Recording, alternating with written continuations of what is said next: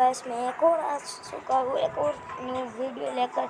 तो आपको तो पता ही होगा कि आज 1 सितंबर है और बहुत तगड़ा बुल्ला पास आया है मतलब यार नेटवर्क ना।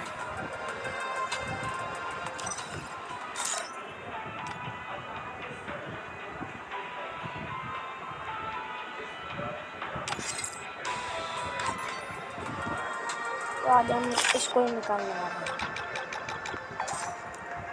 फर्स्ट स्पिन मारा,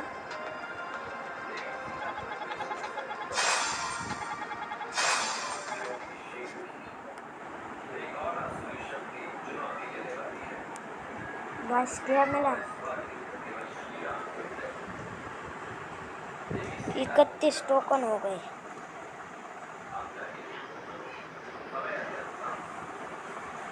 7 टोकन मिले यार, सब डायमंड बेस्ट हो गए।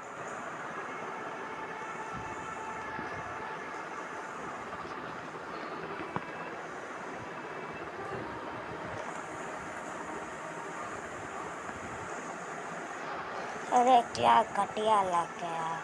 कोई बात नहीं, हम अगली मारेंगे डायमंड वेस्ट करेंगे। हम एक ना एक तो चीज़ निकालेंगे, कल मारेंगे स्पिन। Bye bye, Tata.